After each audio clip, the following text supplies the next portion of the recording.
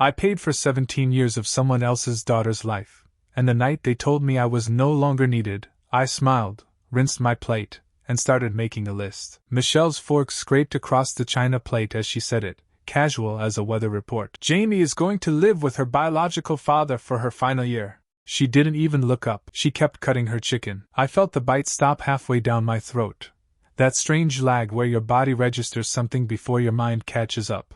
I chewed slowly and didn't say anything, because any reaction would have sounded like begging, and I was done begging in my own home. She glanced up for a second, and that was enough. It was the same satisfied look she'd worn when she refinanced the house to simplify paperwork, the same one from when she told me she'd moved Jamie to the private school in Westfield without mentioning it to me first. Years back she'd introduced me to her sister Gwen as Ryan. He helps out with the expenses, and I'd let it go.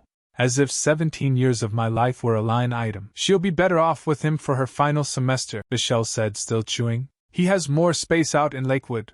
They're reconnecting. Isaac hadn't paid a dime of child support in 5 years. He sent birthday messages on Facebook 2 days late. He showed up the moment Jamie started talking about college and study abroad programs in Europe. Father of the Year, freshly arrived. I finished my wine. It was warm. Michelle had used the wrong salt again, the coarse Himalayan stuff from the organic shop that doesn't dissolve right. I almost mentioned it, but there are things you stop correcting when you realize it's no longer your table. You'll keep paying the tuition, right? Just for continuity. Jamie's used to it. I was a subscription they'd forgotten to cancel. Of course, she added, misreading my silence. It's just that everything we've built is on top of your support. It would be chaos if you stopped now. Something settled in me at that. Not anger, more like clarity. This wasn't a conversation. It was a notification. The decision had been made weeks ago, and I was the last to know. I picked up my plate, walked it to the sink, rinsed it. She was already on her phone. I went to the bedroom and pulled the black suitcase from the closet, the one I used for work trips. Packed 3 shirts, jeans, my laptop, my passport. Left the cufflinks she'd given me on our 5th anniversary. Left the new sneakers still in the box. Left the cologne. I wasn't trying to make a point. I just didn't want to carry anything that would slow me down. I unclipped the house key from my keychain and set it on the counter next to the fruit bowl, where a mango was going soft at the edge. Michelle looked up. Where are you going? I didn't answer. Seriously, Ryan, what's this drama? I gave her a small smile and walked out. 2 blocks to the car. Suitcase in the trunk. The weight off my chest wasn't grief. It was relief. The specific kind that comes when you stop carrying something you should have put down years ago. I drove without a destination and ended up at a roadside motel on the way to Lake Tahoe, 3 hours out. Rough sheets, a flickering bulb, $40 more than it was worth, and absolutely no one asking anything of me. I opened a laptop on the desk and logged onto the motel Wi-Fi. I started with the school payment portal. The card on file was mine. I'd added it years ago, the night Jamie called in a panic because the enrollment system crashed, and she was afraid she'd lose her schedule. I'd set it up because that's what you do. You show up, you fix it, stepfather or not. I removed the payment method and closed the tab. Then the Blue Cross family policy. Jamie had been a dependent since she was 8, when Michelle quit her job to be more present. I pulled up the HR portal, found her name, and removed her. I held the cursor there for a moment before clicking. It wasn't about punishing anyone. It was the same feeling as turning off a gas valve, careful, quiet, necessary. Then the education fund. I'd opened it when Jamie was 10, back when she wanted to be a vet and cried at nature documentaries. She ended up in digital marketing. I moved the $38,200 to an account under my name, through an old trust with a P.O. box in Reno I'd kept dormant for years. Then I worked through the list I'd been building for the past 6 months without fully knowing why. Family iCloud plan, Spotify, HBO, Netflix, Costco, the Uber account Jamie used for her commute, even the grocery store rewards card tied to my phone number. One by one, quietly removed. No announcements, no explanation. Just a slow disappearance that would look like a billing glitch until it didn't. I stepped out onto the concrete slab that passed for a balcony. Pine smoke in the air from somewhere down the road. I found a cigarette in my jacket pocket. I hadn't smoked in like 3 years, and lit it, watching the ember in the dark. I wasn't there for the celebration, but Carol, who cleaned the house on Tuesdays and Thursdays, filled me in later. Michelle had invited Gwen and a couple of friends from yoga. They opened a Cabernet and toasted. He left like a scolded puppy, Michelle said, loud enough for Carol to hear from the laundry room. Crept out like some sad little man who finally understood he couldn't win. They didn't use my name, Carol said. Just him. Like I'd already been filed away. He'll keep paying. Gwen said. Guys like him always do. That same week, Jamie posted on Instagram, her and Isaac on the terrace of his place in Lake holding a gold key between them. New beginnings, an old key for new hearts. He was in a freshly ironed linen shirt, grinning like a dad who'd just shown up for the graduation photo without sitting through any of the classes. She was wearing the boots I'd given her for Christmas. A sealed envelope from the school's administrative office had been sitting on the dining room table for 3 days by then, urgent stamped on the front. Michelle had picked it up, shaken it, and set it back down. No reason to open it. In her mind, everything was already sorted. She posted a sunrise photo the next morning with a self-help caption about releasing energies that were no longer aligned. It got 180 likes. Neither of them noticed anything missing yet. It started with a little red notification bubble on a Tuesday morning. Jamie was still half asleep, stretching in her new bedroom in Lakewood. Peach walls, fairy lights, when she reached for her phone and found an email from the university's financial aid office. Cold language, no greeting. Her support package was at risk of suspension due to missing paternal documentation. Complete the pending forms by Friday or face enrollment interruption. She knocked on Isaac's door, a grunt from inside. He was still in bed, didn't open his eyes. In a minute, baby. She went back to her room and logged into the school portal. Paternal verification pending. Tuition balance overdue. $8,740, 3 days past due. It had always been automatic. Ryan, she didn't even think of him as Ryan anymore, just R, had set it up when she was 11, and it had never been a question since. Across town, Michelle saw the email from school administration come in and let it go to voicemail. Probably routine. She poured another coffee and opened her banking app. The Audi payment had been declined. She figured it was a system error, logged into the financing portal, and found herself locked out. She called customer service, waited 19 minutes, and was told the primary card had been removed from the billing profile the previous week. She hung up. A twitch started under her left eye that she hadn't felt since the refinancing. Wednesday, Jamie got a second email. Her athletic scholarship had been suspended for failure to meet documentation requirements. Reinstatement not guaranteed. She called the academic coordinator, voicemail. Called Michelle, who said it was probably a paperwork snarl and told her not to panic. But the panic was already there, sitting at the table, not going anywhere. Thursday, 6:42 a.m. A man in navy overalls was in the driveway with a clipboard, walking toward the Audi. Jamie ran out barefoot in her robe. That car is mine. He photographed the plate without looking up. Payment declined, account closed. I'm sorry, miss. He hooked it to the tow truck with the efficiency of someone who'd done it 1,000 times. She called Michelle as the car pulled away. They're taking it. A long pause. I'll call your father. She didn't specify which one.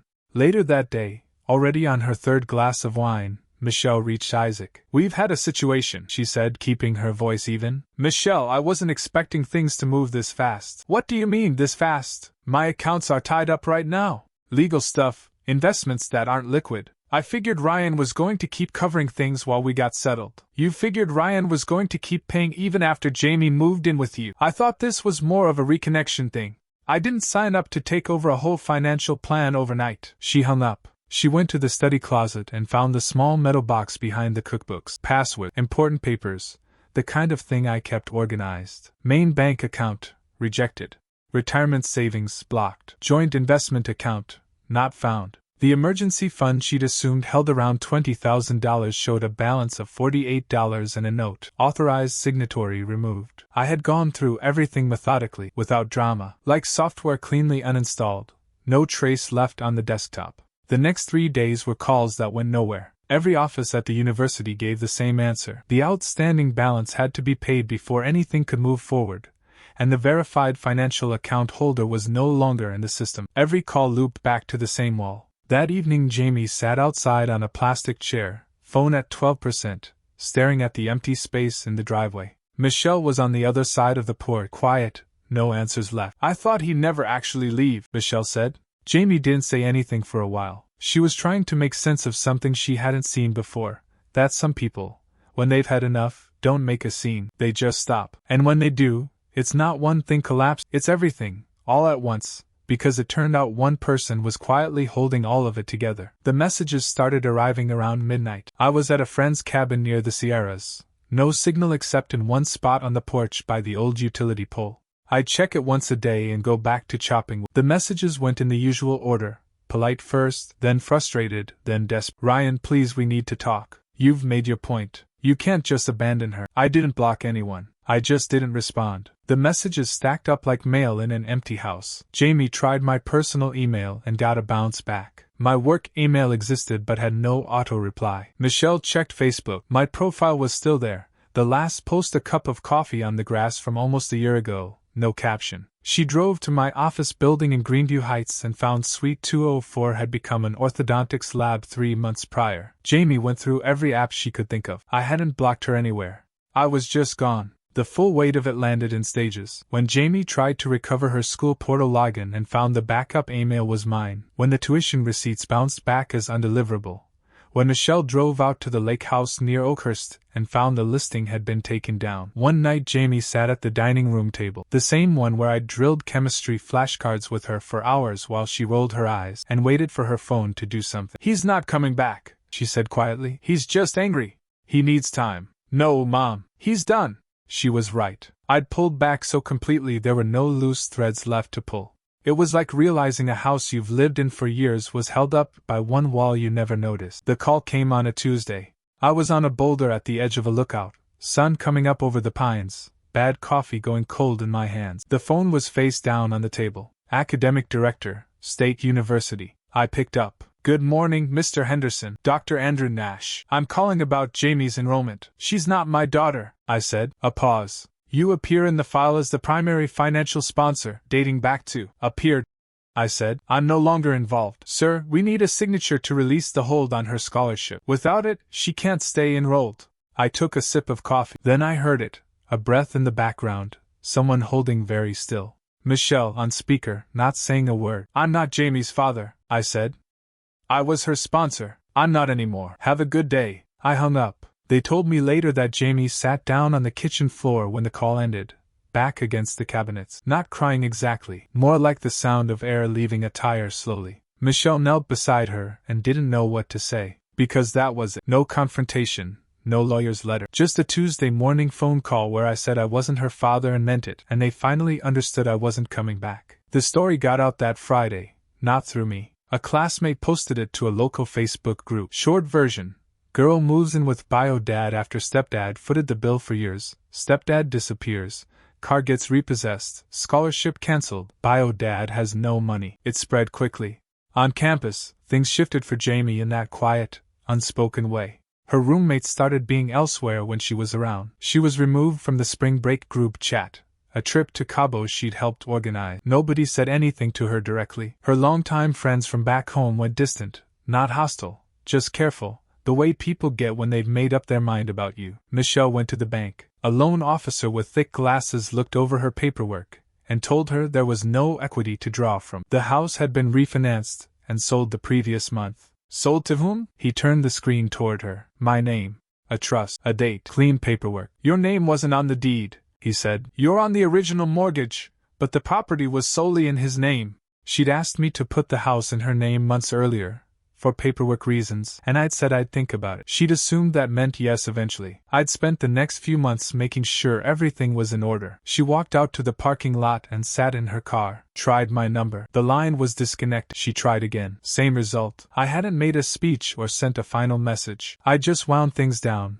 one account at a time, until there was nothing left connected to me. The way a tide goes out, you don't notice until you look up and the water's gone. That afternoon I sat outside the cabin with my boots on the gravel. The coffee had gone cold again. The phone had buzzed a dozen times since noon, and I left it where it was. A squirrel crossed the yard and disappeared into the tree line. I thought about Jamie at 6 years old, burning up with a fever on a Sunday night while Michelle slept. I'd wrapped her in a blanket with little rabbits on it and driven to the hospital with my hazards on.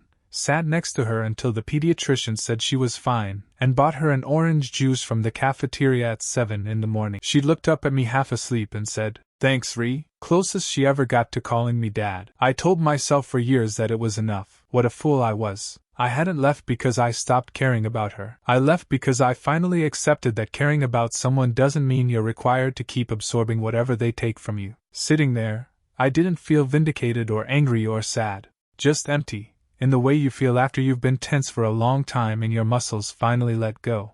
I didn't need them to understand any of it. I didn't need anything from them at all, and realizing that, maybe for the first time, was the whole point.